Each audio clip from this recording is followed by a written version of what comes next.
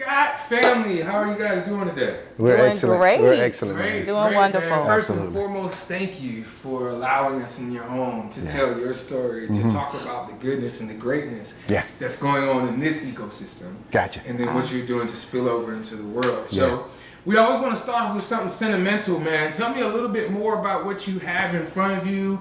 What does it mean to you, and the thoughts that come with it? Wow, this is a very, very special blanket. I actually, we have it on our couch over here, and this is my mother-in-law, Peggy Battle. That's my mommy, y'all. That's mommy. That's my mommy. Yeah, and this was actually given to us from our team a couple of years ago when we lost mom, and I mean so we actually see her every day. Every day. All I got to do is walk out in the living room, and there's mom. Yeah. This is very special to us, and it's actually an arrangement of just family. It's all pictures from the past, you know, that really tugs at our heart. You know, it tugs at us, so it's special.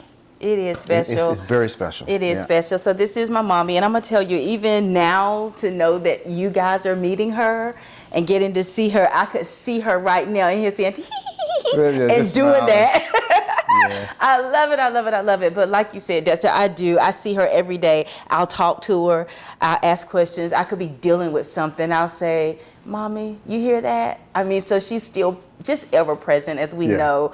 But I did lose her 3 years ago, and I'm just grateful that this was given to us. So this right here means the world to me. It lays over our chair and a half over there, and I just get to see my mommy every single day.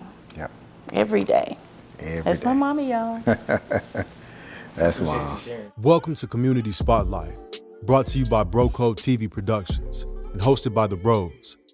Join us on this dynamic journey as we shine the spotlight on local agents who are making a profound difference in their communities. These remarkable individuals bring creativity, wellness, and purpose to the forefront as they tackle challenges, nurture their families, and celebrate successes. In each episode, we explore their unique stories and initiatives, offering an inspiring glimpse into the world of community transformation. Get ready to be inspired by those who are leaving an undeniable mark on their neighborhoods. Yay. Let's get it. Yeah. Welcome to an inspiring episode of the Bro Code Show Community Spotlight. Tonight, we're filming live in the living room of Dexter and Dr. Tonya Joyner-Scott, better known as the Upgraders. As partners in life and business, they've dedicated their careers to helping individuals and organizations break free from limiting beliefs and step into their greatness. Whether it's through keynote speeches, workshops, or coaching, the Upgraders are all about transforming lives. Tonight, we'll explore their transition from banking to personal development and discuss the dynamics of working with your spouse. We'll also explore their passion for helping others find their purpose, the importance of mindset and overcoming fear, and what's next for the Upgraders.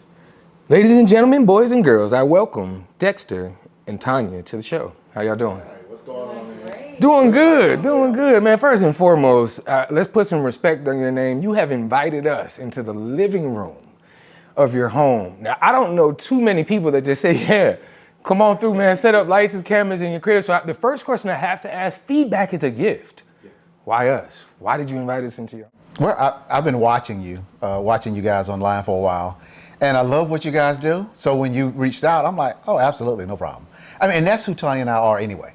I mean, that's just who we are as people.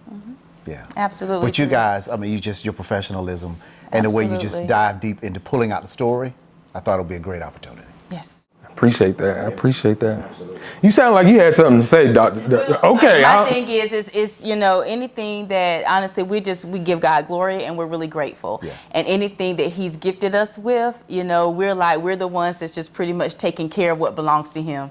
So why wouldn't He want to have everyone come into His place? I like that. So welcome. I like that. Welcome. I certainly appreciate it. Well, before we dig a little deeper today, I want to have some fun. Okay. All right. So I have a segment, right? I made this segment just for y'all, right? Because we're spotlighting you guys today. And it's called Upgrade My Life in 60 seconds or less. Ready? That's what I need you to do. So I want you to pitch Your most outrageous, funny, or creative life upgrade idea. And this is what I mean. It could be something, this is an example, as if you replacing all of your chairs and sofas in your house with beanbags. And why? You wake up every morning with a personal marching band playing your own theme song.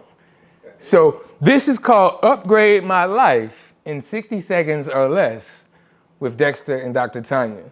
So what would be your upgrade to life to make it that much more appealing? Okay, so I would say in the morning when you get up and you wash your face and you start to get ready, what we want you to do is grab your toothbrush with the opposite hand and brush your teeth with the opposite hand. Strokes and all. I'm right-handed, we're doing this. Because what you're doing, you're breaking up that neural pathway, and it's like, oh my God, what am I doing? Because it feels so uncomfortable, but it is an upgrade to your life. That's an upgrader's idea. I like it. What you got? I do too. I don't know. This right here, okay, so this is when you have somebody just really thinking fast, all right? So how about waking up in the morning? So let's upgrade our life in 60 seconds. So how about waking up in the morning? What do you typically do? How about getting out of the bed, but this time, what do you wake up to? Is it an alarm? Is it just a sound? How about one of your favorite songs? So wake up and wake up dancing. Wake up with that type of energy that could actually start your day and get ready to live an upgraded day. That's good. Upgrade your day with your energy changing from what it normally has been. How about that? I'm gonna do that in. I can see you doing that in the morning, okay? So we're using different hands and we're upgrading the way we wake up. Yes. I love it. I appreciate that. Dexter, this one's for you. Okay. What's the weirdest or most random thing that inspired one of your workshops or keynotes? Random, it would have to be, we were in Vegas in 2010. Now, ironically, Ty and I had just started studying Les Brown. I'm like, who is Les Brown? I didn't even know who he was in 2010. So we started watching a bunch of videos of Les, and I'm like, man, who is this guy? And I was just taking in all of his stuff. So we ended up going to Vegas at a conference with the company that we were with, and they announced the speaker, 3,000 people in the audience, and comes out on stage is Les Brown. Wow. And I look at Tonya and I'm like, oh my God. He was so excited. Right, we were so excited. So it just happened, it was just boom. So he announced from the stage, if you want to work with me, meet me in room XYZ at the MGM Grand. That's where we were. You were the first one there. When he took off, I took off, and I was running right beside him. We ran all the way from the conference center, all the way to, might have been room floor 12. I was the only, the 12th man, the 12th person, but the only man that got in there that early, because I decided to run. It was just crazy. If you saw pictures of me, you'd be like, this guy's nuts. But I knew I knew that this was what I was supposed to do. So, and that's what started, that's what kicked off, really enhanced our speaking career. That's amazing. I want to talk more about that just for a moment, because you saw opportunity. Yeah. And you ran for it. You didn't crawl, you didn't walk, you didn't hesitate, you didn't think about, there wasn't the fear or the FOMO, right? Yeah. Right? You were like, hey, this is my space and my opportunity. And yes, that running, probably you were a little tired, but it was worth it. Your adrenaline was so high. It was, man. Yeah. Oh, it was an experience. I mean, people were pushing each other, especially when the elevators opened. People were pushing their way in. Because they wanted to get up to his Yeah, they wanted to get to his floor. That's right. I mean, he was only letting a certain amount of people. Yep, it was crazy, man. It was crazy, but I ran. It was my, yep. So I got in the room, and then I got on my phone and said, Tonya, I'm in the room. So she came up, and I was able to get her in the room, and we got a picture with Mr. Brown. We do. Yeah. And that started your relationship with him, too. It did. That started your relationship. It's really cool. So it was awesome. Yeah. Discover the pinnacle of visual storytelling experiences with BroCo TV Productions. From the artistry of photography to the magic of videography, the world of podcast production, exclusive red carpet services, captivating MC services, inspiring speaking engagements, expert panel discussion curation, and breathtaking drone services. The Bros have you covered. Elevate your events and storytelling with us. Contact BroCo TV Productions now at 919-714-9905 and be a part of our incredible journey at www.brocotvproductions.com. We're here to make any room better. I love that. All right, Miss Tonya, I got one for you. Ready? Okay. All right. What's the most hilarious piece of advice that you've ever either given or received? Or if you want to be just bold, both. Hey, the most valuable piece, or say that again for me? Yeah, what is the most hilarious piece of advice that you've ever either given or received? Well, this is something I received. And it came from God. And he said, put on mixed match shoes, Tonya. That's got to come with a message there, right? We take people seriously, right? Is it a too serious message? What type of message is the mixed match shoes? Talk to us. So again, I'm preparing, getting ready to go out, whatever, coaching, the things that I'm going to do. But he's saying to me, put on mixed match shoes, Tonya, which was basically, in essence, he was like, calm down, stop overthinking. That's good. It really doesn't matter. Right now, you know what to do. Just go and be yourself. Go and bring your knowledge. Just put on mixed match shoes. So it was just a matter of like, just get out of your own way. I love that. And I said, okay. I love that. And I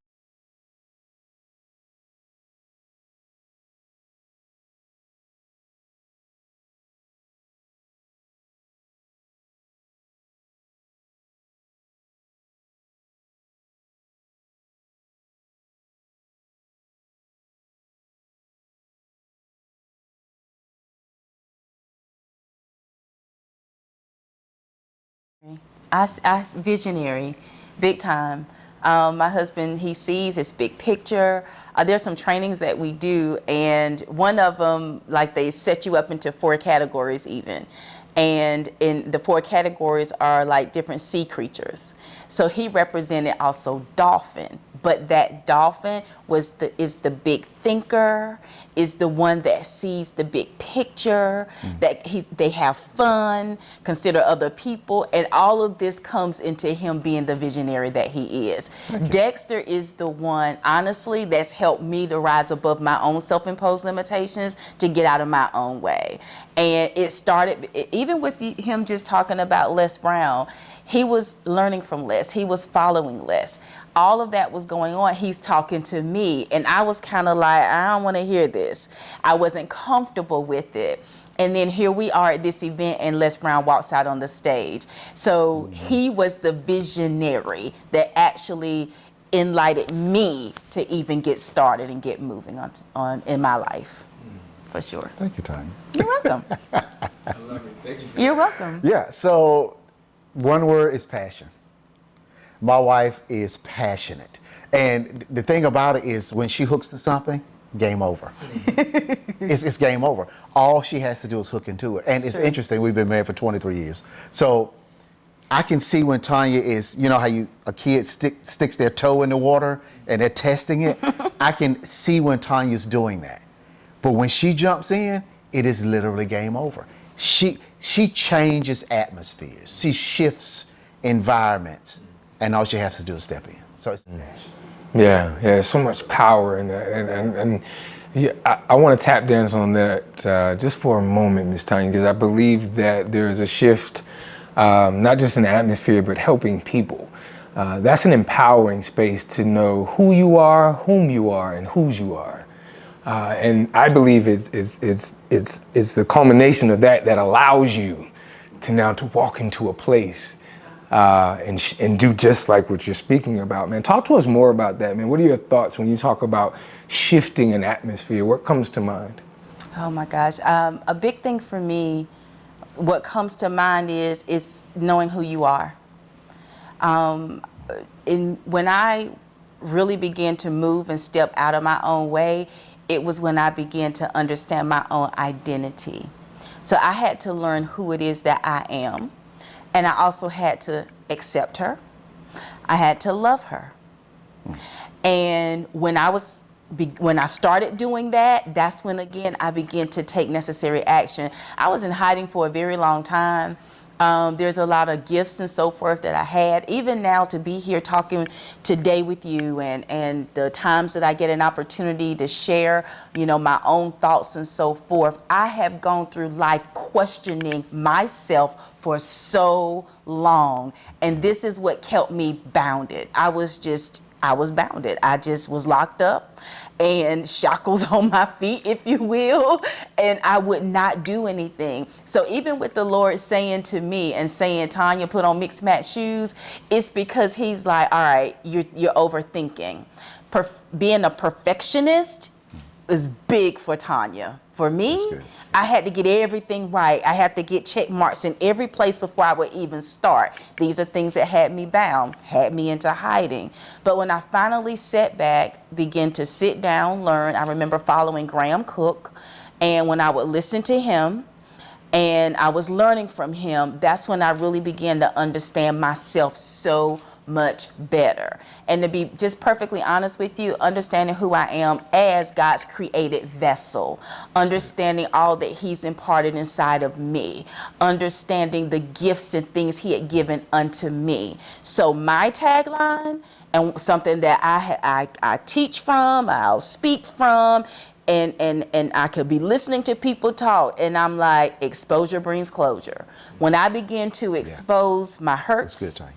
when I began to expose, the fears that I had, when I began to expose, how, I was actually perceiving different things, that's when I was able to bring closure to it, and Tonya began to move forward, and my life changed, so I hope that makes sense, but it's a lot with it. But honestly, simply knowing who you are, loving that person, it just changes everything.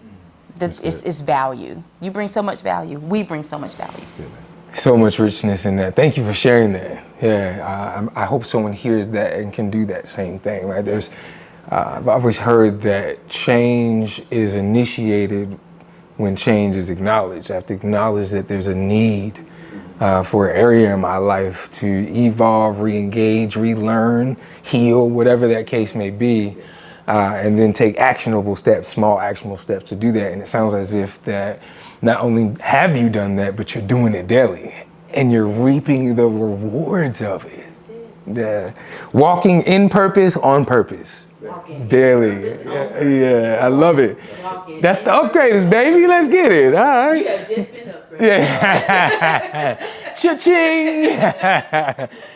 Let's talk about family and growing up. What was it like growing up for each of you? How did your family background influence the approach that you have on life today? Wow. I'm the youngest of four. I'm a stair-step kid, and I actually have this in my book. Is basically I'm the youngest. It's me, then my sister, then my brother, then my sister. And what's interesting, my mom was an elementary school teacher, so we were all in school at the same time with mom. Then three of us graduated, went to middle school together, then graduated, went to high school together. And here's what's interesting: we all went to college together. Year after year after year. So we are a tremendously close family. My dad, he used to work for the Department of Corrections. My mom worked for the state of North Carolina as a teacher. So that foundation of just, my dad would always say, son, if you work hard, you're going to get rewarded for your hard work. Mm-hmm. My mom used to always say, everybody knows this, right? You get that Sears credit card. Sears pays for everything. My mom would say, you only got your life and your credit here, right? And I'm like, wow, so growing up, I saw a lot of stability. Now, was everything always right? No. But I saw a lot of stability and a lot of forward thinking as it relates to family. Yeah. Family was very important.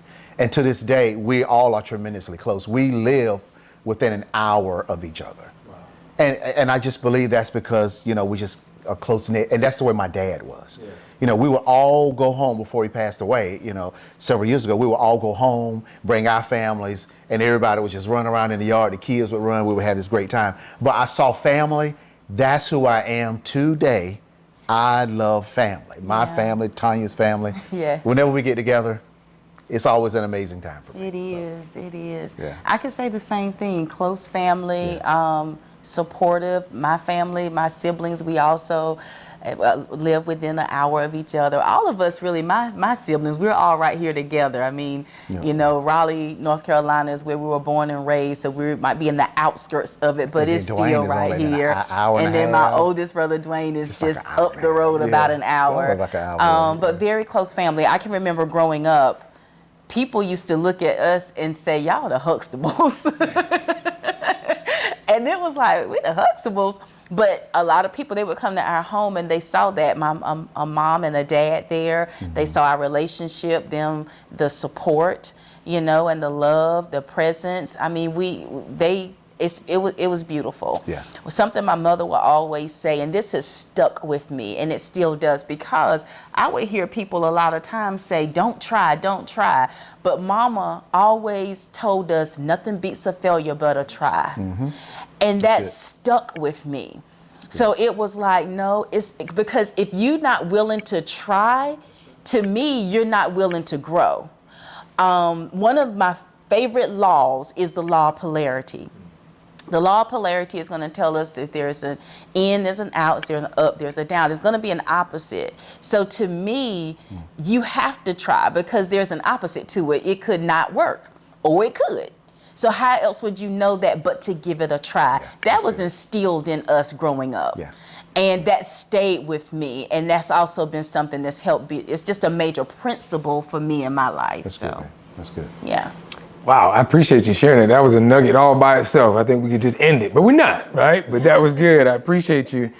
I wondered, is there or was there a defining moment in childhood? Was there a teacher, a mentor, a pastor, a coach that really kind of shaped or helped to navigate and kind of usher you in? Like, you used the reference of Les Brown as an adult, but who was your Les Brown, if at all, in childhood?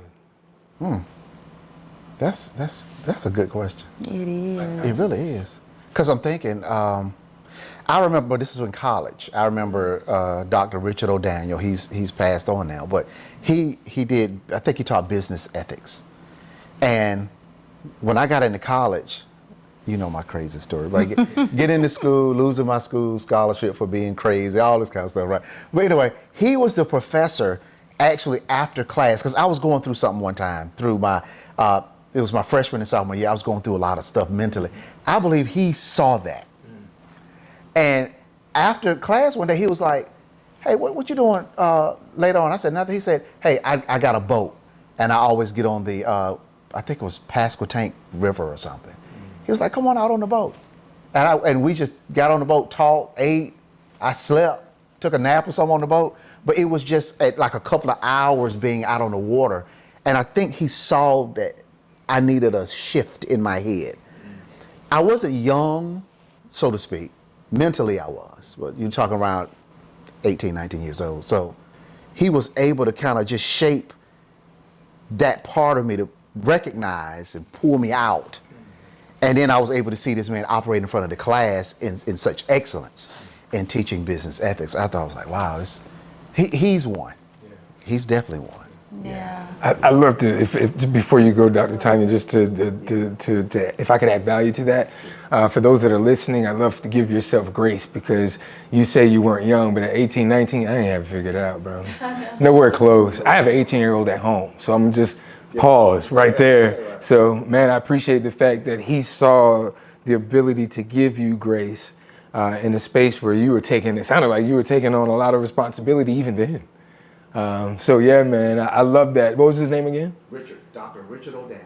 Shout out to, I know he's not here anymore, man, respect the dead, but yeah, how many more of those Dr. Daniels showed up in your life, man? So you got to think about stuff like that.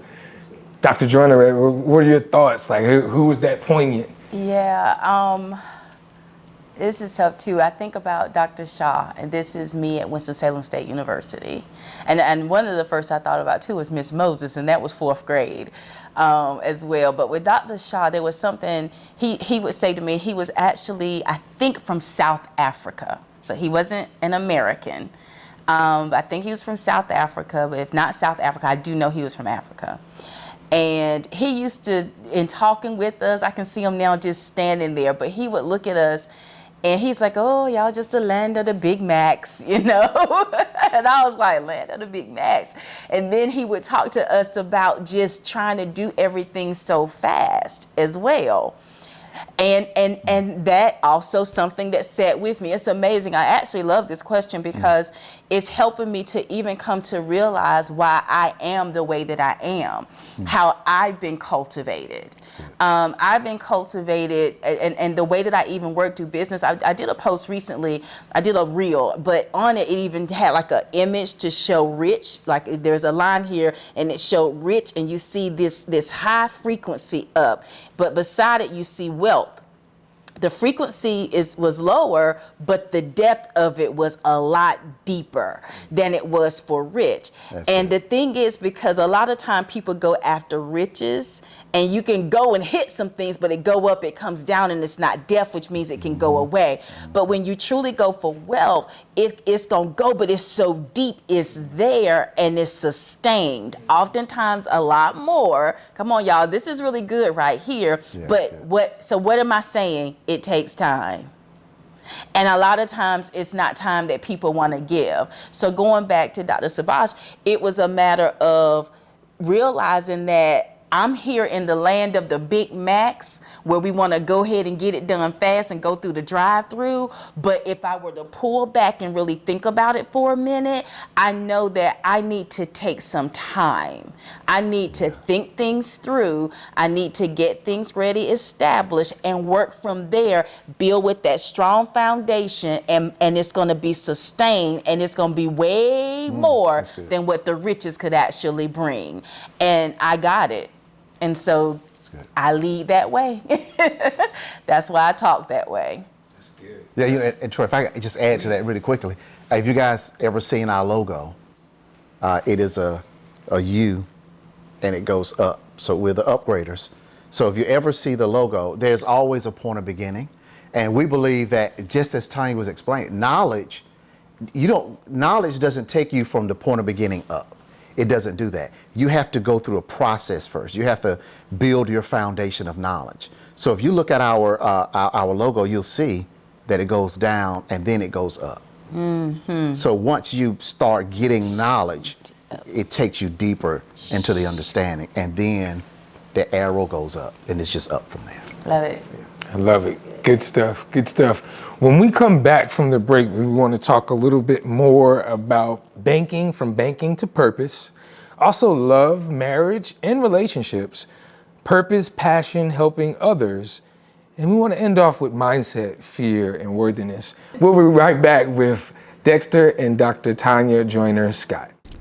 Thank you for sharing some of the moments and the intimate moments, some of the mentors and those that have meant a lot to you, important to you from a childhood perspective. But I want to dig a little bit deeper into where purpose started for you. So correct me if I'm wrong. Dexter, you started in the banking industry, finance, pretty much. And that's where you guys, did you first connect there? Was it in that space that you guys first became familiar with each other? Yeah, I met Tonya at the bank. Okay. Yeah, that's exactly what happened. Yeah, and from there, hey, how did the relationship start? What did it look like? Was it love at first sight? Talk to me a little bit more about how we got to. What, tell me more. So I always give a very quick version of it. I know I'm gonna miss out on something, but when I met Tonya, we were at the bank. She came in for a loan. Tonya was married, I was married. So what happened with that, when I say no, it was an absolute no. It was. I'm in my desk, I'm doing my work, I'm dealing with my own home situation. My marriage wasn't going as well, and I was dealing with those set of circumstances. So when Tonya came in to do her financial transactions, that's all it was. Well, time had passed, and my marriage didn't work out. Tonya ended up losing her first husband, and then things came back together after that point. No, let me say that differently.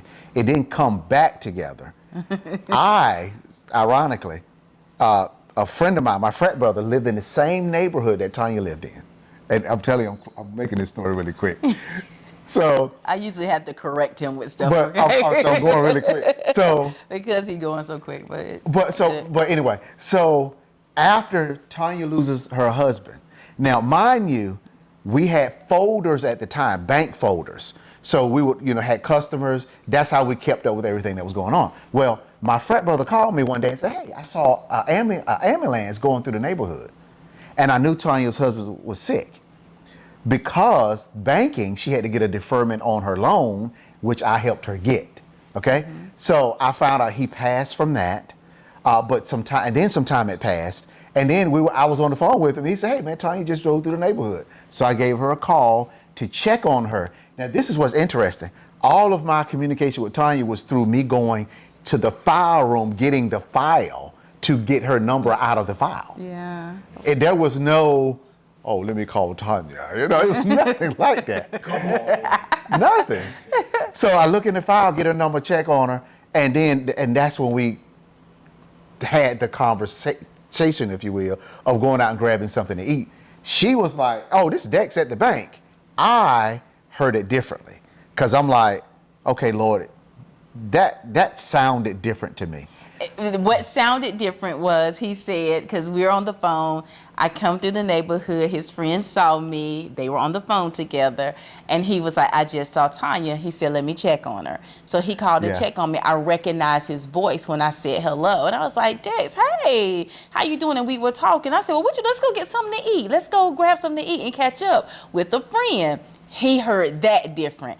All I meant was, let's go get something to eat. Right. When he came to pick me up, I remember I used to shop from Spiegel at the time, and it was somewhere else, and I think it was Eddie Bauer. And I grabbed those magazines, and I was just gonna be looking in the car reading while we was heading. So, but when we got outside to his car, first of all, he says when he got there, my mommy, who y'all saw earlier, my mommy was there because she was watching my daughter, and when he got to the door, he said he looked at me and he saw a different Tonya. So I was like, I didn't know that though. Yeah. Okay. And then when we left, he went and opened up the car door for me. And I was like, what are you opening up the car door for? I'm a gentleman, But it was just different for me, okay? But I had my magazines, and we got in the car and we went to dinner. Yeah, just to add, just a really quick thing. It had to be the Lord telling me I was feeling that way, because there was no way I was looking for any kind of relationship. I had just gone through a terrible ordeal. I'm like, there is no way. Yep. So I knew that was his intervention to say, okay, this is what I'm bringing together. Yeah, so while we're there eating, he says, you said you heard the Lord say, "This is your wife." Yeah, Tonya ordered a salad.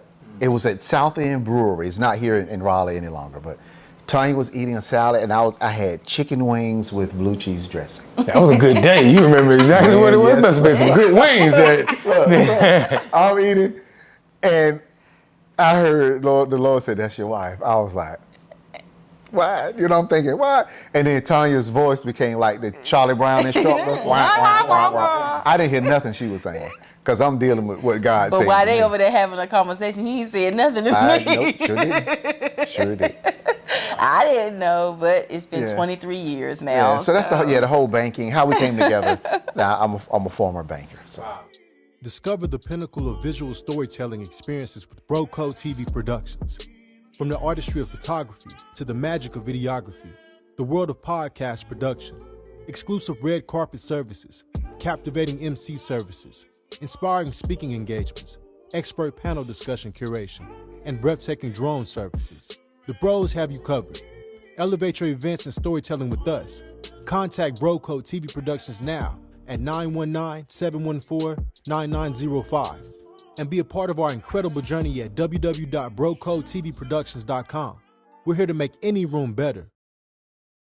Wow. So now transitioning from that space, okay, you served in that capacity, you were equipped with numerous skills, nuances.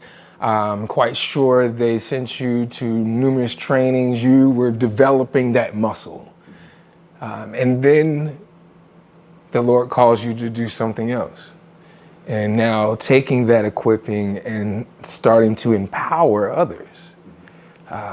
While, if I'm hearing you correctly, man, you're still working through some things of your own from past things, right? Like, we all deal with different devils on different levels, right? So some just more than others, right? Some skeletons got a little bit more bones in their closet, right? But as children of God, right, we understand that we're made in that image, so that who we are, whom we are, and whose we are isn't negated. We just got to work through it to seek after his will, if that's our goal. What did that look like for you, navigating a world where you knew that that wasn't the end all be all for you? You had a greater calling. You had more to give the world than just where you were sitting at in that financial institution. But there was a shining light there. It came through a little bit of heartache on both of y'all's end. Like, if the things that didn't happen to you guys in the past, you may not have gotten the, hey, let's go grab lunch, you know? And yeah, we do look at it a little different, Tonya, just so you know. We look at it, fellas, we look at it a little different. All we need is an inkling of, she sounded excited. Right? So that's all we need, just so you know. But hey, it was that agency and that gumption that, how many years later? 23 on this couch, 23. Right. So talk to me about the transition, you know. How did you know it was your time to move forward from 9 to 5 or whatever that looked like from a daily concept to really walking in purpose, on purpose, taking a leap and really forging into the unknown? This journey is totally subjective. Everybody's journey is different. The highs and lows, the ebbs and flows, it's all going to come. For me, even after that job, I took on another position. Then I went to another position. And I remember working at a job where it felt like the walls were closing in. I knew that the lid was there, just like the ceiling is here. It's like a lid. I'm like, what? I feel like, oh. I'm going to tell you what, this is what happened. So Monday mornings, drive into work, I'm walking into the building with everybody else, and all of them looked like they could just go and run out in traffic somewhere. They just did not want to be there. And I'm like, oh my God. They said, that's your typical Monday morning. Tuesday, same stuff. Wednesday, there was a little pep in the step coming from the parking deck to the, they were, you know, they slide.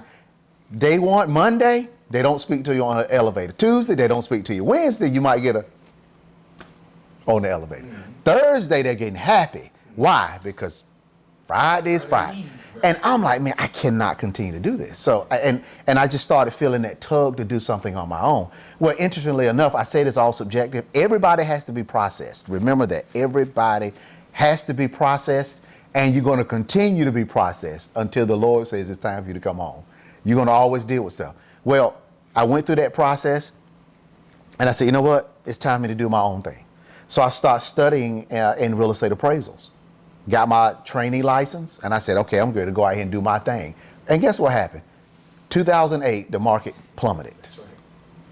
I said, oh my God, what a time to start a business. That was just the wrong idea. So again, there we are it's the ebbs and flows of that, and we're still learning. Learning is something that I believe is going to be the difference maker between where you are and where you want to be. One of the things, and then I'm done, one of the things I recall very, very easily, it comes to my mind, is I did not sit down and read books. I didn't read at all.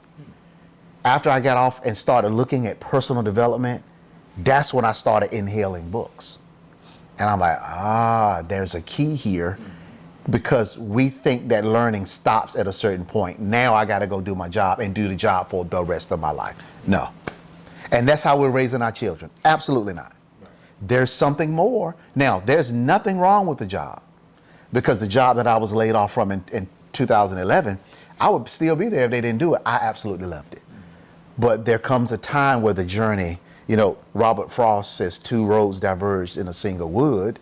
I took the one less traveled by, and that's what made all the difference. So, I love that. Yeah. I love that, right? That's so good, man. We could drop the mic right there. We're going to keep it going, though. Thank you for that. I appreciate you sharing. I want to talk a little bit more about marriage, you know, and what that looks like especially from a sense of navigating purpose and being called to marriage as well. Talk to me a little. I'd love to hear from you, Dr. Joyner, Dr. Tonya, excuse me.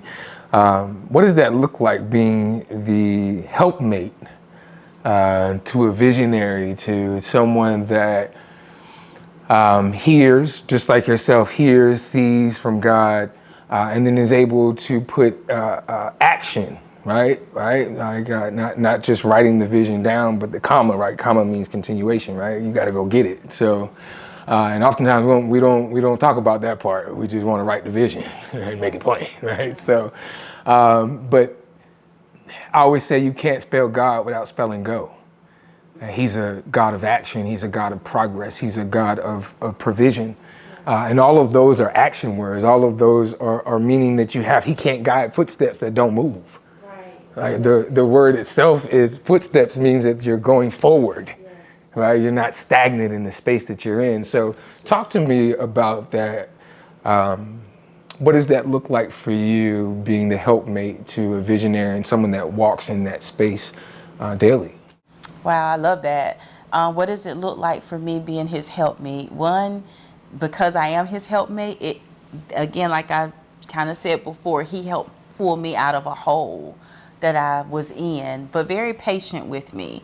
Tonya Joyner-Scott, I've been the type of person, many people are shocked to hear it a lot of times when they hear me speak, or if they're in my presence, and they will look at me and say, I cannot see where you have had or deal with low self-esteem. I cannot see where there's a lack of confidence with you. I don't see it, but I talk about it.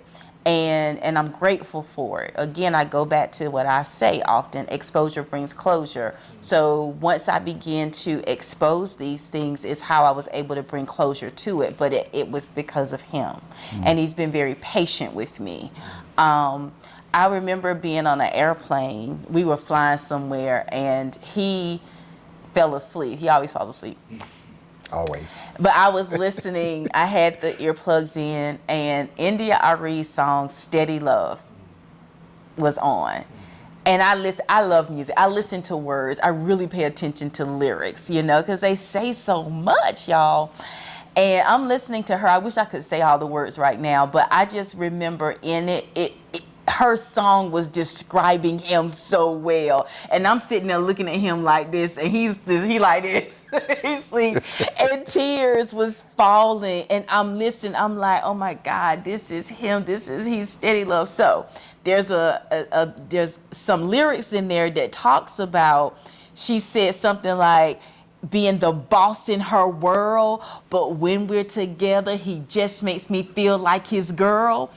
I share that because I'm like, as strong as I am, what I bring to the table, Dexter has been one to say, come on, babe, I need you to come on here. I need you to rise up. He knows who he is as a man. He knows that he is my head. He knows that he is my covering. He knows that he's my protector. All of those things, he knows who he is. And because I carry a strength, he wants to pull it out and push me on out there to get it done. And it doesn't weaken him for who it is that he is. Yes, I'm his helpmeet. Yes, I'm here to help him, and he helps me. We have something we thought of, and we call it the seesaw effect. So we're in this together. Y'all know how a seesaw is, just like that. But whoever lands at the bottom, they're the ones that's got to push up to get it going. Then when you hit it, you push up, and it goes back and forth. Mm-hmm. So we're able to identify each other's strengths. If I need to push off and I'm in that position, or is he the one that does it? And we allow each other to do that. So that's a good thing. And I know he loves me. I know he cares for me. I tell people now, I say he treats me better than I treat myself. And I'm so grateful for that. And I'll just say this to my brothers, honestly, as a woman, when you know that you have a man who loves you, who's protecting you, there's no competition here. He wants me to shine. You want her to shine. To submit to that leadership is what you do. It's a part. It's one thing to submit to my head when he doesn't seem like he cares anything. I mean, let's just be frank and real. I'm just being straight up with you. But when you have someone who literally cares for you, takes care of you, and wants to see the best in you, that's what your leader does. Yeah. The leader is the one that they're the pioneer, but they also know that who they're pulling forward could even bypass them. Boo, that's a leadership principle right there. That's a whole nother conversation. But that's what happens. I hope that makes sense. That's good. It does. I love that. I love that. I want to talk a little bit more about that area as well, because in the space of March 13th, 2000, that was the day the world shut down. It'd probably be a question to a Jeopardy question, or answer to a Jeopardy question. Eventually one day, March 13th, 2020. I just looked that date up a couple of weeks ago. Yeah. I'll never forget it. You know, it will be edged in our minds. And the reason I bring it up is it was then that the word working remotely became common. Everyone became a remote worker. And I want to tie the knot into that when it comes to marriage. Why? I'm going to be transparent with mine. I'm 13 in. When it came to going to work, we did that before March 13, 2020. I went to work, she went to work. Then all of a sudden, when that date hits, we became remote workers. And here we are now sharing this space, right? A lot of the nuances, being 13 years in, started to come back to the forefront. Why? Because we never had to share space in this amount of time.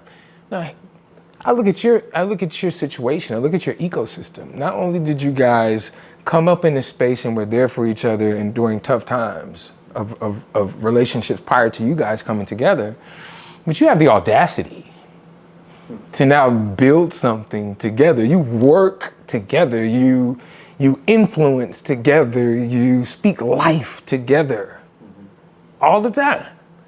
Man, I want to talk about conflict, because conflict happens. Like, conflict happens. Look, it ain't all fruits and berries now. So when conflict does happen, when the upgraders get up-tempoed, get up-angered, or whatever up it is that comes up, how do you resolve that? What does that look like? Oh, that's a good question. You want me to tackle that? By all means. I think it's a matter of time. Like, so our office is up here at the front of the house. So I could, and Tonya can attest to this. We've been in the office doing two different things, and Sheeta might be loud, I might be loud. I mean, it might be agitating for me. Those kinds of things. So I just get up and walk out, right? So right over in our kitchen here, Tonya works there a lot. If there's, we work together, but we also know how to kind of separate to have those discussions with our whatever it is that we're doing. But the thing is that the confrontation comes a lot when we're speaking. Well, used to be a lot when we speak. And what I mean by that is I'm more of a extemporaneous. No, Tonya is more extemporaneous. Yes. I am kind of a chartered.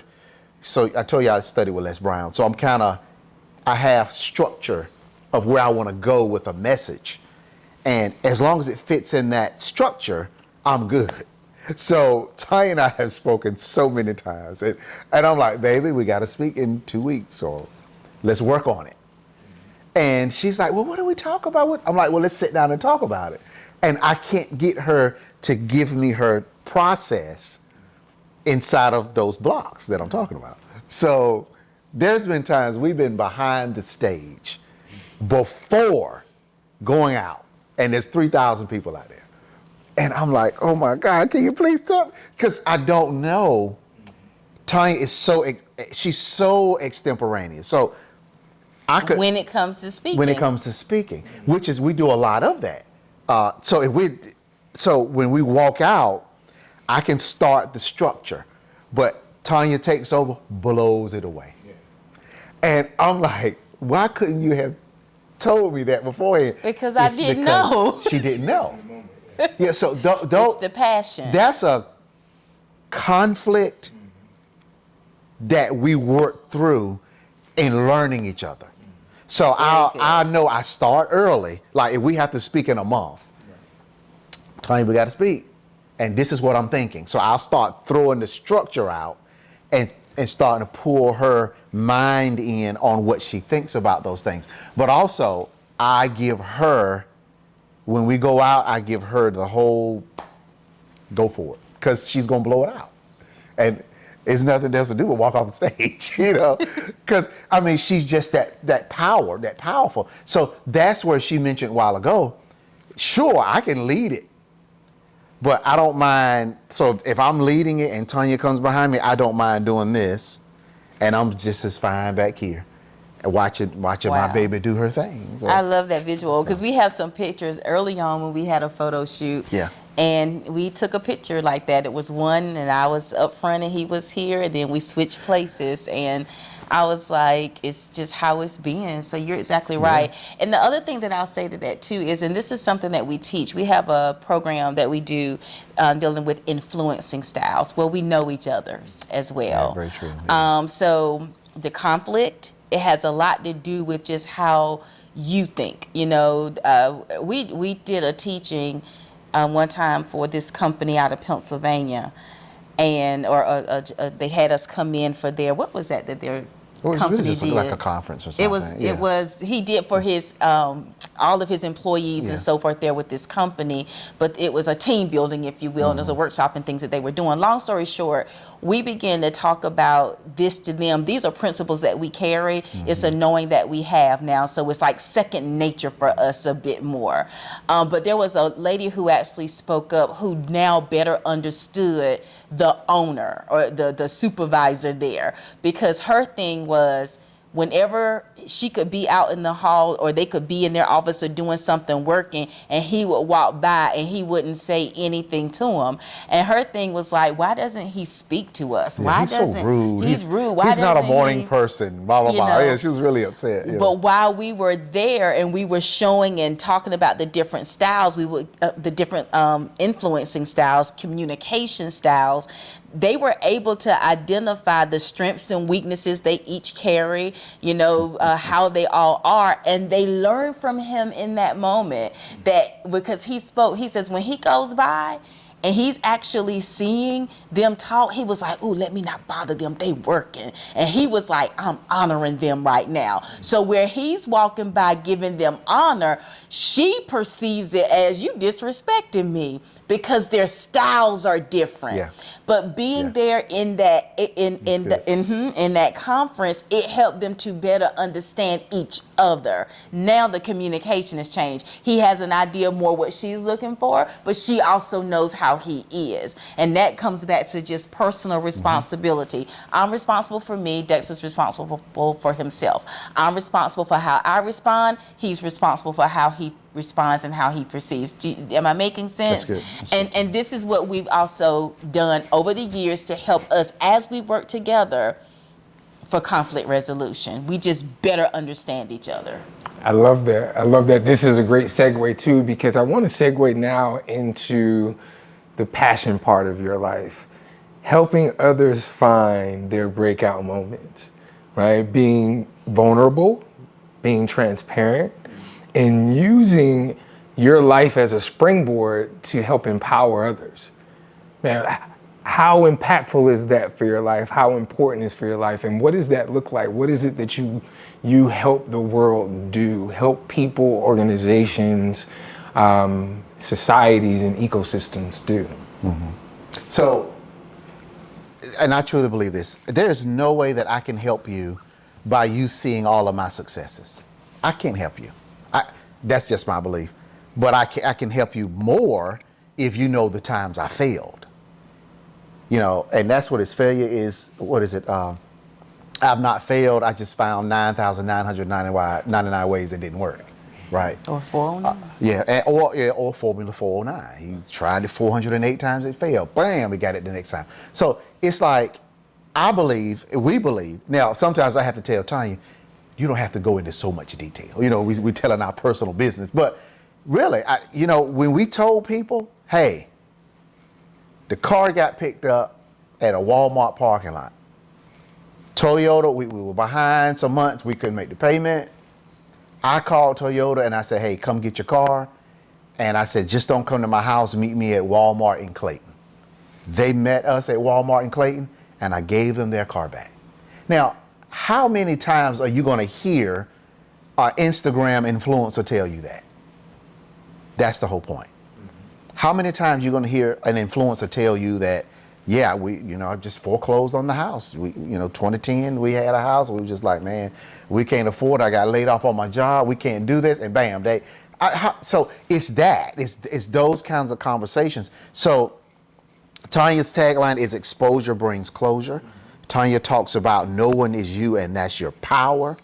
We meet people where they are. They say, hey, you don't have to be perfect. As a matter of fact, people are going to respect you more when they see your flaws. When you're getting up talking and you might stumble over your words, but you're up talking to people. That's the whole idea. It's getting out of your comfort zones. It's getting out of your bubble. And here's an example that I give. Imagine, so we're right here in Raleigh, North Carolina, and one of our major thoroughfares or highways is 540. So can you imagine you're in your car and you're driving, you're getting ready to get on 540 and you mash it because you know you got to merge in the traffic. So you're like, because you're trying to get somewhere. And you come off and you're driving and there's this car in front of you on 540. You get in, you put your left turn signal on, they turn in front of you. You put your right turn signal on, they turn in front. And every time you try to get around them, that car is in your way. And finally, you said, I've had it. You hit the gas and you get up beside them. You're going to give them a piece of your mind. And you look, and it's you in that car. You are in your own way. That's what we talk about. Get out of your own way. And when you get out of your own way, then on the other side of that, then you're going to start seeing some of the successes that you want. We had a meeting this morning, and we told the team, the Henry David Thoreau quote, if you advance confidently in the direction of your dreams and you endeavor to live a life that you have imagined, you will meet with a success that is unexpected in common hours. Yes. Here's the thing. When you start move through those processes and circumstances, after a while, you're going to meet with a circumstance. You're going to be like, oh, now I see it was worth it. But you got to keep moving. So, long story long. It's so good. That's it kinda encourages the deal. me still. Yeah. I love it. Yeah. I love it. So what are your thoughts, Dr. Tonya? What is the most fulfilling part of having the privilege of empowering others? Oh, That's a good word. I love that question. And I love the fact that you even said the privilege because it is an honor to be able to empower others. And I actually spoke it recently. And I said, you're my passion. And then I said, well, this is my passion because it's me. You know, my husband just gave an incredible description of how you would be in your own way. The fact that I was in my own way, you know, and because I'm aware of it now, I can still tell, honestly, when the enemy is trying to bring me back and position me in a way to still be in it. But why? Because I've exposed him. Yeah. That's why I've exposed him. I've already identified within myself how he's come to try to put a cap on me and keep me from actually moving forward. Yeah. So I would tell my husband, this is what I mean when I talk about exposure brings closure. My thing is things can be present, and if you don't deal with it, all it's going to do is get stronger. Anything that's planted on the inside of you and you don't want there, but it stays hidden and continues to be fed, it just continues to grow. But when you uproot it, when you grab it, when you pull it up, when you expose it, it will not thrive. It will not thrive. And that's what I want you to do. So why is this a passion and a privilege for me and me just being really grateful for being in a position where I can help people do what God has also done for me. I can be the vessel he uses. He's still the one doing it. He does it all. Right. But we're vessels for him to use to help his people to rise above those self-imposed limitations and get out of your own way. There are things that we deal with throughout our lives. There are things that we hear, things that would be spoken to us, and we will oftentimes take ownership of or meditate on those things. But how about we really come to a place of looking at what it is and doing something about it? That's that exposure, and that's how you bring closure to it. So I'm grateful, and it is a passion for me. I want to see people living their best lives now. You woke up today with breath in your life. What do you need to be doing? Let's get it done. Let's get it done. We have work to do. Do it. Oh, so much I could say. I love that. Let's dig a little deeper into that space. I'd love to hear from both of you guys the most fulfilling, let's talk about mindset. Yeah, let's shift just a little bit. Okay. You know, words matter, and we've said a lot in this space, but I want to talk about the word worthiness. Okay, so, self-imposed limitations, when I think of that, I hear worthiness, I hear confidence. These are some of the words that come to my mind. How do you help people through that? Or is that even part of the process when it comes to getting rid of those limiting mindsets, those limiting words, those thoughts? How does that process even begin? Is it an assessment? How do you begin to take people down that journey or organizations down that journey? That's good. That's good. You know, there's one of my mentors talks about art. There are three ways that the subconscious mind is changed. It's authoritative figure, repetition, traumatic experience. So authoritative figure, repetition, traumatic experience. One of the things that we tell people is, look, all right, so I watched a TikTok the other day. I sent it to Tonya. This lady had 3 red cups. That was good. And she said, this is the past, this is the present, this is the future. She took the red cup and threw it across the room. And she looked at the other future one and she said, this is what you have right here. Present. So we bring people to the present and say, okay, check this out. Whatever was said or done to you through an authoritative figure in the past, whatever issues they had are not yours. So let's work on getting rid of that. So that's the authoritative figure. Repetition, you want to change if something they said, because if you think about it, if a teacher said something when you're a child, they can say something to you. It affects your subconscious mind. Teacher, parent, it doesn't matter. It's going to affect you. So you're carrying around that wound as an adult. So let's recognize that. How do we uproot it? Repetition. Repetition of what? What is it that you want to become? Get some type of affirmation. We've shared tons of affirmations with people. And get that repetition in there is going to dig up that other stuff, right? So the repetition can change it. And also now that traumatic experience is something that they dealt with. So we kind of walk people through that journey, and that's where it comes down to where we're very transparent.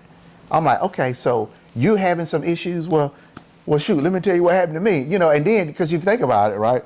If all of us deal with this, when you're going through something and you find out somebody else is dealing with something, it helps you feel better. Why? Because you recognize you're not on an island. I am not the only one dealing with all of this stuff. And then when somebody else brings that in, you're like, okay, man, I'm not the only one. And that's what I mean by feeling better. So now that Tonya and I have told people, look, we done been through this, we done been through that, we done been through this. So, okay, it's cool. You got a story too. So now let's help you now navigate from where we are now to where it is that you want to be. So I'll tell you, Troy, anytime we see just an inkling of increase from someone that we're teaching or talking to, if they do their first Facebook Live, if they make their first post where they're talking about themselves, something, That's it. And we see that, it's like, they're getting it. That's where it comes in for us. That's it. And you just said what I was thinking. So that's the big part of it right there for all of us. Right now, how comfortable, for everyone that's listening to us right now, how comfortable are you with talking about yourself? How comfortable are you with sharing the things that you're good at? When you think about yourself, what do you think about? What comes to your mind? And all of this is an exposure. So there's an exposure, that I can expose what's good, and I can expose the things that may be difficult for me. I was on a call last night talking with someone, and she shared some things with me. And she actually had to speak with a therapist. And so she's there talking with her therapist, and so glad that she did. But then when she was finished, her therapist says, let me repeat to you what it is that I just heard. Let me repeat to you what you just said to me, and you tell me what you heard. And when she repeated it back to her, the young lady said she broke. Wow. Because now she heard it different. All she told her was what she had just said.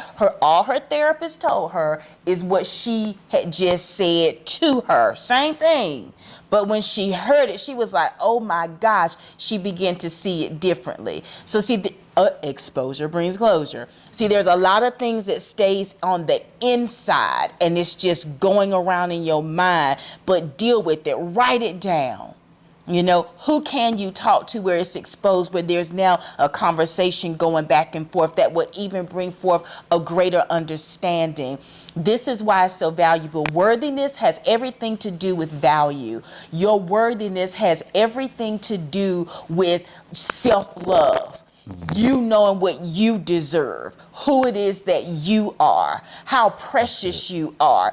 I like to oftentimes do a hashtag, and I would say you matter a lot, because you do. We all matter. But do you know that you matter? Do you realize that you matter? And when you don't, it's really difficult oftentimes for you to be good and kind to yourself. So there could be opportunities brought to you, but if you don't feel like you deserve it, you're not going to go after it. But then there are things you're looking for and you want to see changed in your life. Like what? Could it be even in your finances? Could it be, and finances, the Word of God tells us that money answers all things. So the answer to it may be the money, but honestly, what is it that you really do want?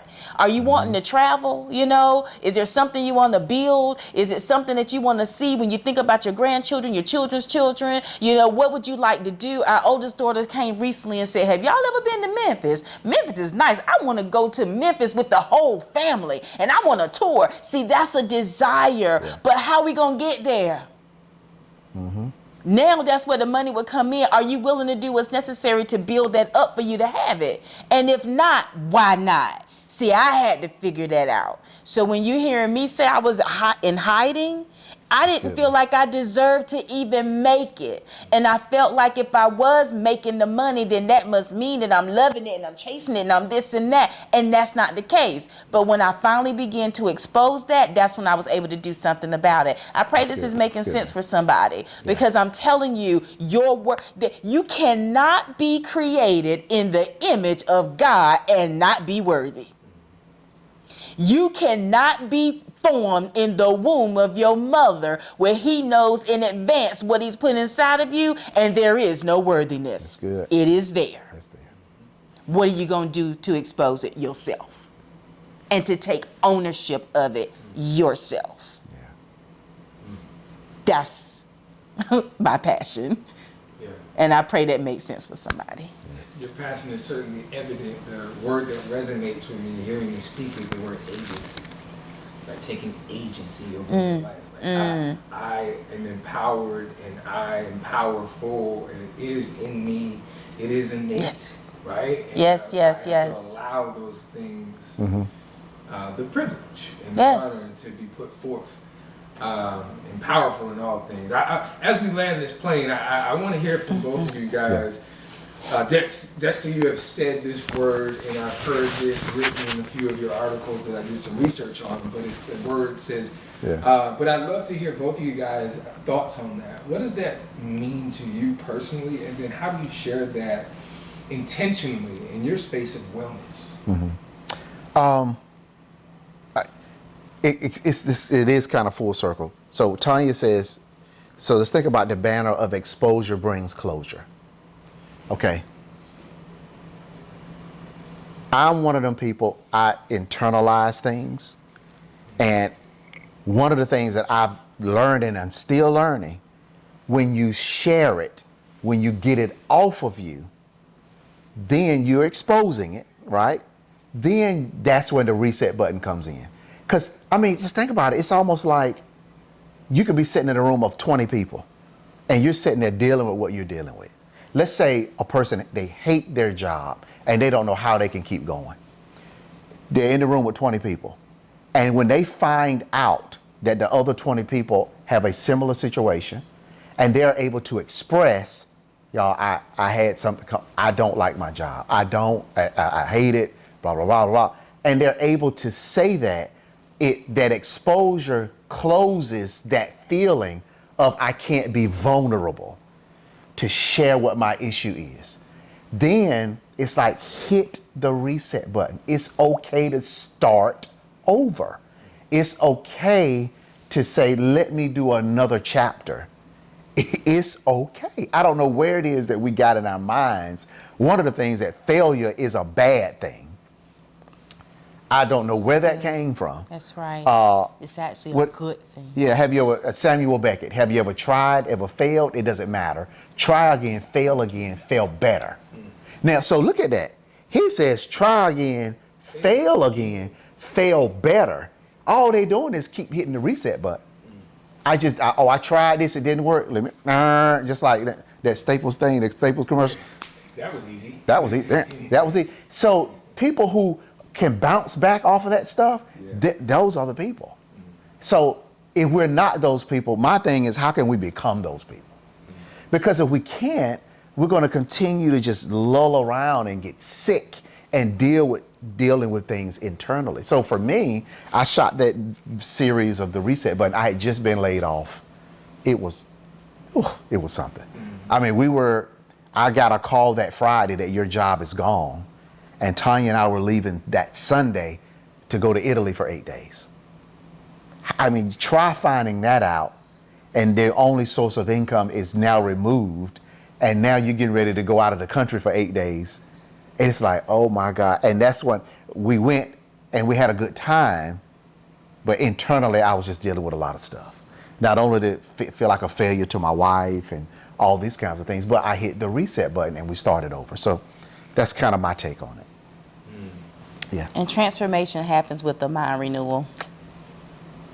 So if you want to be transformed, starting with the way, changing the way you think. The renewing of your mind. The renewing of your mind. And I always like to tell people that transformation, how is your mind being renewed? With what? Because my mind could be being renewed with things that's not good for me. Transformation is still going to happen. It just may not be what you want. But however your mind is, so it's how you think. You know, it's the way that you're processing the information. And something I'm learning even more so, I've always felt this way, and now I'm beginning to hear about it. And I talked to my husband about it some weeks ago, and I was like, man, this is so good to me. But it's coming to understand the value. Again, this is your value, but as to how you feel, emotions. Oftentimes when we would coach even, people are looking to move and to progress.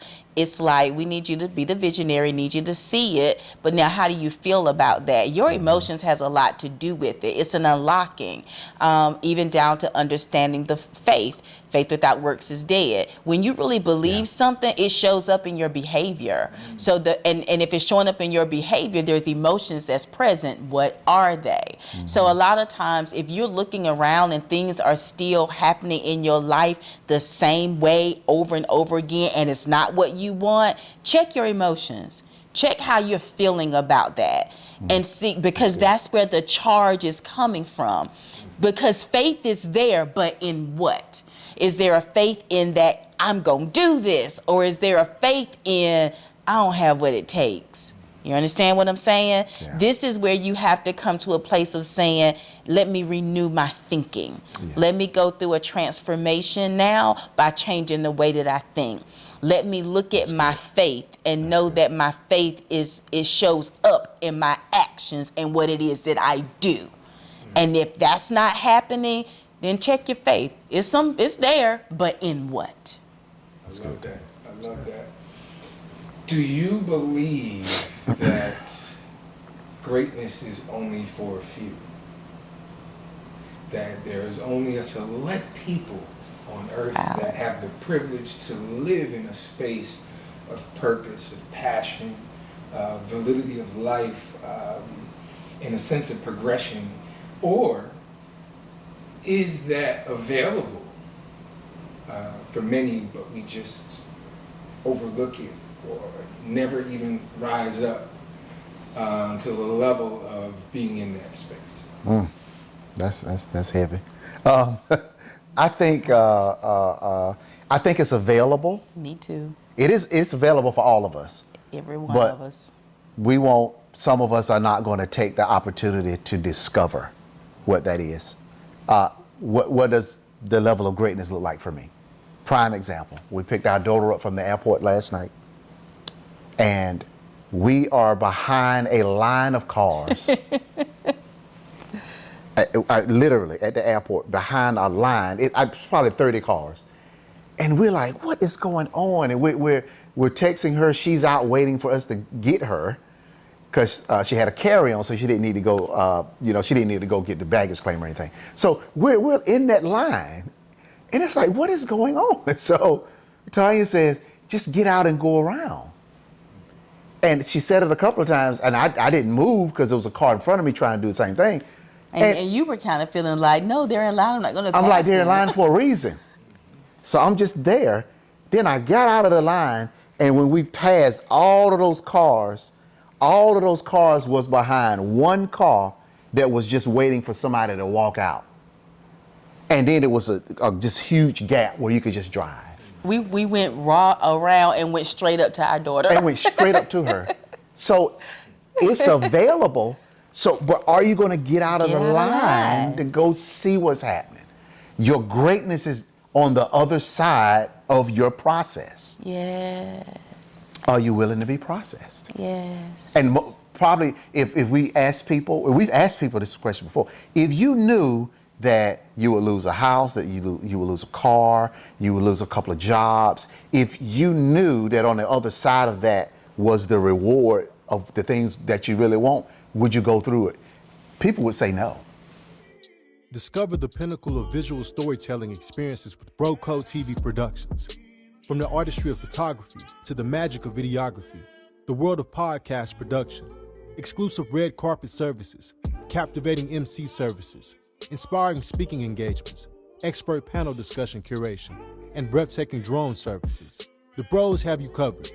Elevate your events and storytelling with us. Contact BroCo TV Productions now at 919-714-9905 and be a part of our incredible journey at www.brocotvproductions.com. We're here to make any room better. I think it's for everyone. And thinking about what my husband was saying, I was thinking about our conversation just last night. It is for everyone, but it's like, I love how you said not everyone is willing to discover. Mm-hmm. When you said that, I said, it is so key. Are we in that discovery zone as we go through life where we learn new things? And are you willing to? So it made me think about when we mentioned last night when we purchased our first house, and our real estate agent, remember when you said, she said to us, you're going to buy to resell. And he said, and we like, resell? This our house. We ain't reselling this house. But now we understand it so much better. Yeah. But in the moment, we didn't have the education. Mm-hmm. Can I be even real? We weren't having these types of conversations even with our families, with our parents, Right. But guess what? Our children are having these types of conversations with us now. Again, this is exposure. The things that your discovery, what are you discovering? Where do you go? Are you willing to be in the midst of a conversation that you might not even be able to contribute to, but good. You can draw from? Are you willing to do that? That's good. That's what it actually takes.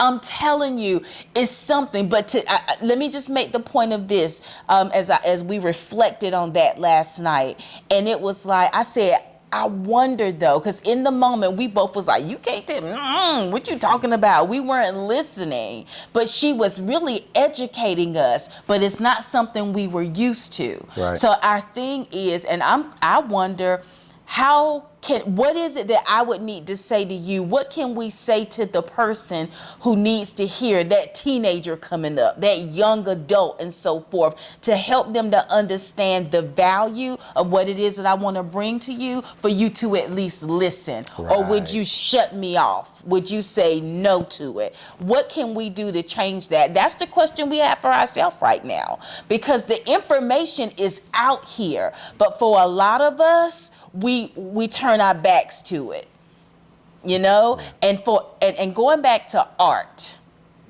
A-R-T, the influence that we have comes often from, and trauma, it comes from authoritative. I'm not saying it right. An authoritative figure, something that we hear repetitively, and then it's a trauma. These are the types of things, when it comes from those sources, it hits into the subconscious mind. So we grow up with these arts. So if you grew up and you have such a respect for this authority figure in your life, and it's mom and dad, was it a teacher, was it a former boss, who was it, and they said something, and that's the only person you're going to believe? Or what is it that you're hearing over and over and over and over again, that it's just so set, so it's in the subconscious? Or there's something traumatic that happened, and because that happened, like for us, it was so traumatic to have to turn in a car. You see what I mean? It was traumatic to lose a house, all right? But what if we let that sit there to the point where it causes us not to move or do anything else? Or guess what we did? We ended up learning how to have a growth mindset. And we took all of those failures and learned from them to change our lives to where it is now. That's good. And that's the thing that you're gonna have to do. So if there is an authoritative figure that's there, if there is something that was done repetitively, if there is something that you had some type of traumatic experience from, what are you gonna do about that to help you? Because all things work together for your good. Yeah. Everything, not one thing, not a couple of things, not just the good things, but all things, everything works together for your good. And I'm telling you, that's what we have to get. So I'm just really happy. I'm grateful. I'm grateful for that. I loved us having that conversation last night, because I was like, wow, she tried to teach us something and we rejected it, Dexter. Yeah. We rejected it. I love it. I love it. We've talked about a lot, and I know I could go on and on for days, but I want people to know how they can get in contact with you. So I want you to take a moment now to talk a little bit more about what's next for the upgraders, right? What are we looking to survey next, right? What new territories are we looking to overtake?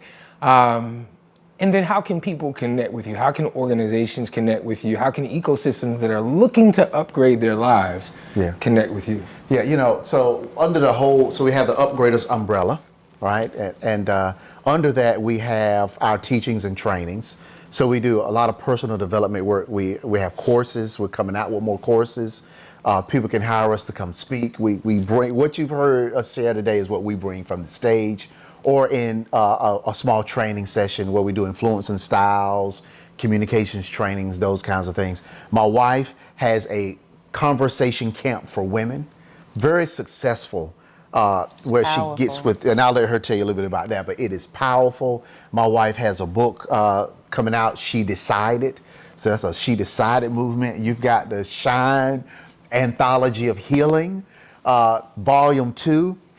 It's time for that to come back out. So that's in the mix. As a part of what we do, also we're in the health and wellness space. So we still are, not only do we take the products, we're actually having customers with those products and partners. And our recent thing, which I'm totally excited about, is we've added a financial wing to what it is that we do. It's called Upgrade Financial Solutions. So we're helping people. We partner with a company out of Atlanta, Georgia. We're helping people refinance their retirement. So we're taking the entire financial services conversation to another level. We're helping people, in the areas of annuities, IULs. We're helping people. When I say that whole term of refinance your retirement is big. Because what we're learning is people are living longer. As a matter of fact, Hallmark Cards did a study. People are turning 80, 90, and 100. Hallmark Cards is selling more happy 100th birthday cards than they ever had in the history of the company. So people are living longer, but the problem is they're outliving their money. So that is why we decided to add that in. So that is what we're doing. We've added that to the upgraders, and it is so exciting. We're having conversations with people, and we're looking at building that to a considerable business.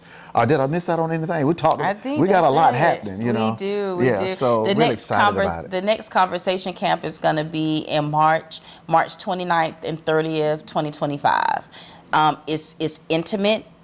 Is something I shared recently, how I went to a conference several years ago, and a young gentleman, I think he was early 20s, I think, but he just looked at me and he told me, he said, "You're called to some small groups."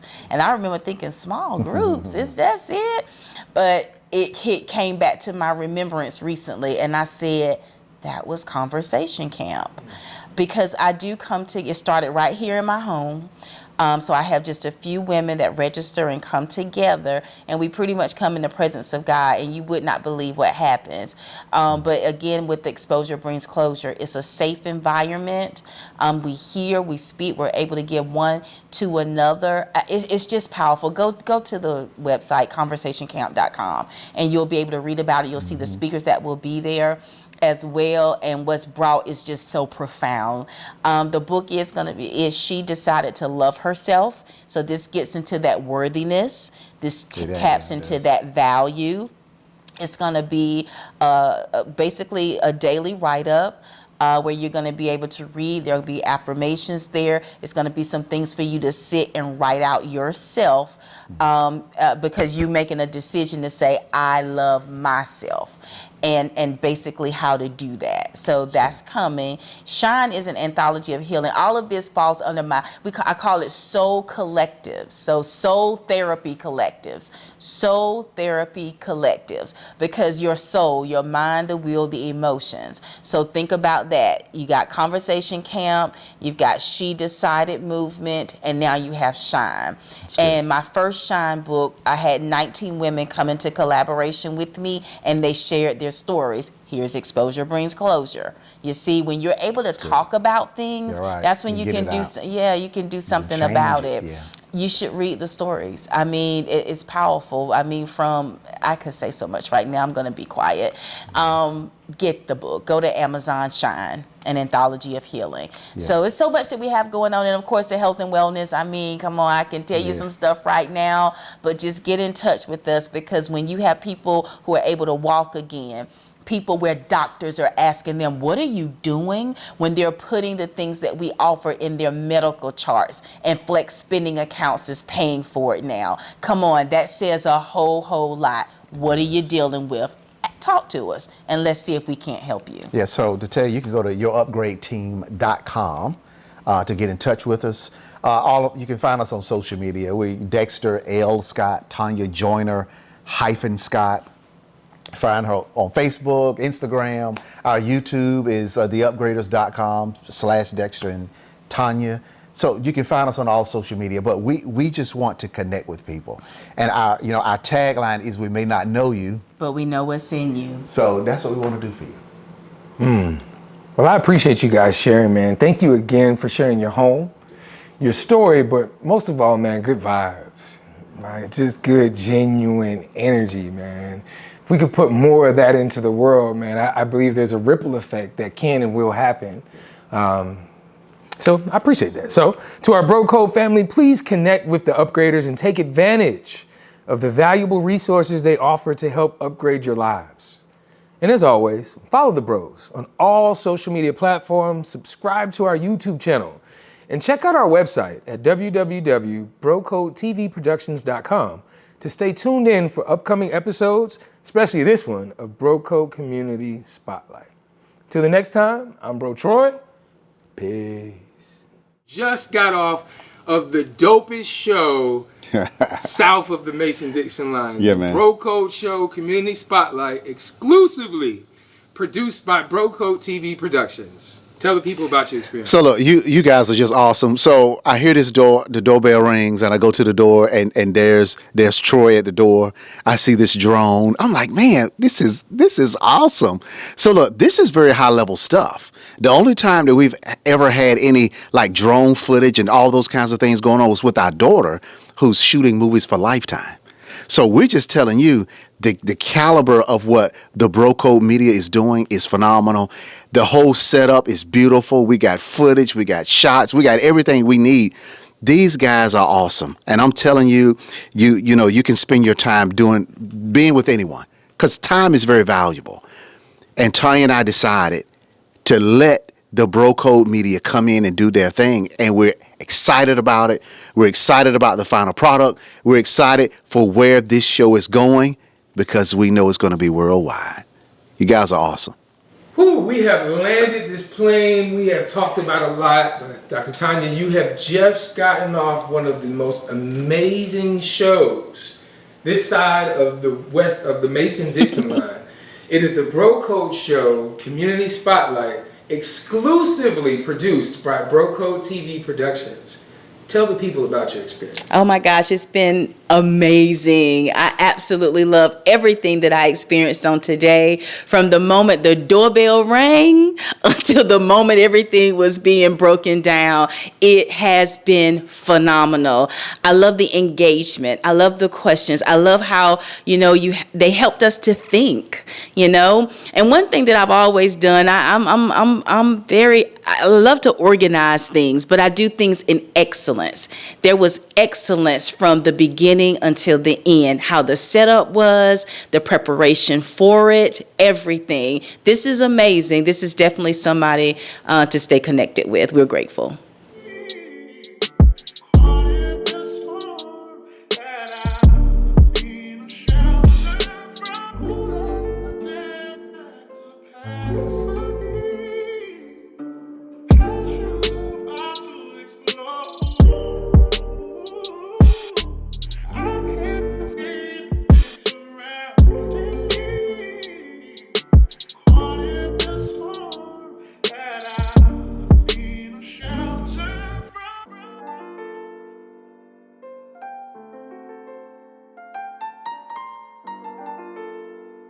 Dexter, we talked about a lot, brother. One thing I'd love to hear from you is, you know, the word that you picked. Before the show, we asked you, what's one word that you would use to describe yourself? And you told me dreamer. Man, I can resonate with that word so much. But for our audience, why did you pick that word, and how does it resonate with you? Well, okay, so Eleanor Roosevelt said that the future belongs to those who believe in the beauty of their dreams. And I've just, man, you know, they criticize us as kids in school for saying you're daydreaming. I do not agree with that. I get the whole you need to be focused in class thing, but think about it. The future belongs to those who believe in the beauty of their dreams. So as we continue to dream, we should continue to dream as we get older. Don't allow life to just beat it out of us. So I've always been a dreamer. I dream all the time. As a matter of fact, even today, there are movies that I love. I love scenes of movies. I will go to bed and just replay that thing in my mind, and it helps me go to sleep. So I'm a dreamer. I'm always dreaming. I'm always visualizing. I'm always sharing that dream with my wife, Tonya. That's just who I am, and that's who I'll always be. I love it. I appreciate you sharing. And two, we keep those sentiments of that $2 bill that keeps saying, we want that you to share with that. Hopefully that'll end up somewhere here in the home. Yeah. Just to remind you, just like that Awesome. $2 bill, you are both rare and unique. You are fearfully and I appreciate wonderfully that, made. man. I appreciate Thank that. you for that. Absolutely. So, Dr. Tyler, we have talked about a lot. First of all, thank you again for allowing the Bro Code team into your home. I'm grandma's baby. My grandfather actually lived to be 101. He was 60 when I was born. He is the first example for me of a sense of work ethic and grit. Right. But my grandma, man, she always said words matter. She also collected $2 bills. And in this segment, we meshed the two. Before the show, we asked you, what's a word that you would use to describe yourself?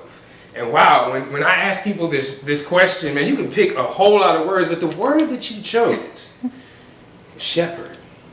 Talk to me a little bit more about why that word resonates with you and why you chose it. Wow. Well, I chose the word, one, because it was spoken to me by God. And he pretty much reminded me, or let me, not even a reminder, he let me know that this is something that I carry as being a shepherd. I'm actually for the underdog.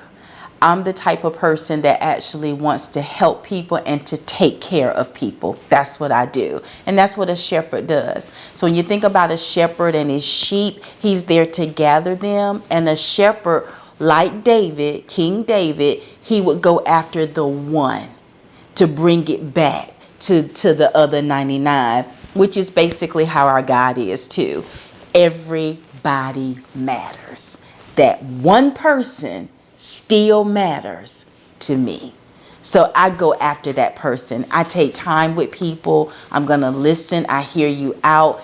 It's a shepherd heart and a shepherd mentality that I carry. I'm a shepherd. I love it. And as always, we always leave a keepsake to our guests.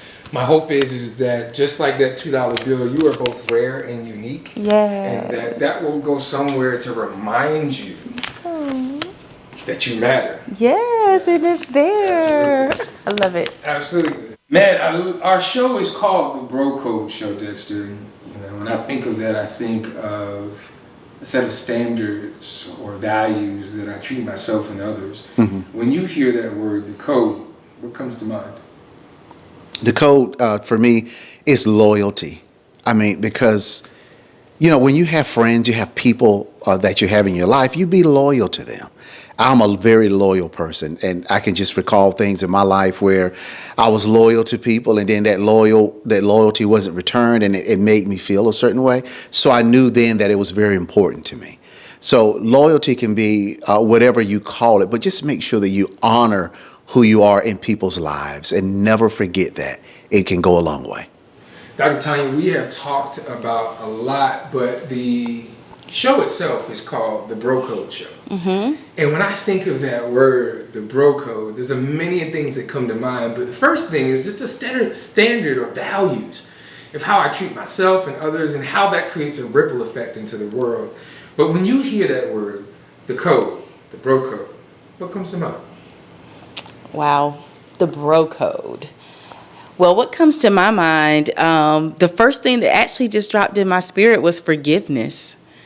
That's something that's really big for me. We go through a lot in life, and oftentimes with people, we hold on to it. We'll hold on to the things that has happened, the people who did it to us, even down to not knowing how to forgive yourself. So a major code in life for me is to forgive, to let go so that you can continue to live. Forgive yourself, forgive others, and live.